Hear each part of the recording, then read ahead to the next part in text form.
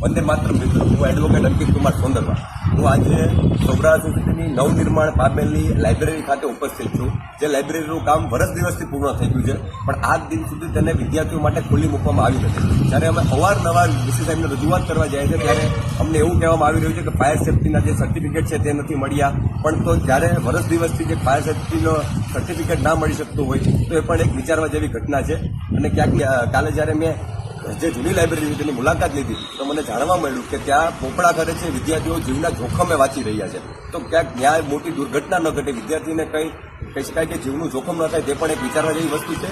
ત્યારે 25 તારીખે જ્યારે આપણા માનનીય રાજ્યપાલ શ્રી આવવાના હોય તો મારી એટલી વીસી સાહેબને અને તમામ લોકોની રજૂઆત છે કે વહેલી તકે આનું જે કંઈ પણ નિર્માણ કરવામાં આવે છે માનનીય રાજ્યપાલશ્રીના હાથે, એવી મારી માંગણી છે. અને જો લાઇબ્રેરીનું 25 તારીખે કોન્વોકેશનના દિવસે રાજ્યપાલના હાથે ઓપનિંગ કરવામાં નહીં આવે તો અમે જ સૌરાષ્ટ્રના વિદ્યાર્થીઓ દ્વારા જ સૌને સાથે રાખીને આ લાઇબ્રેરીનું ઓપનિંગ કરવામાં આવશે.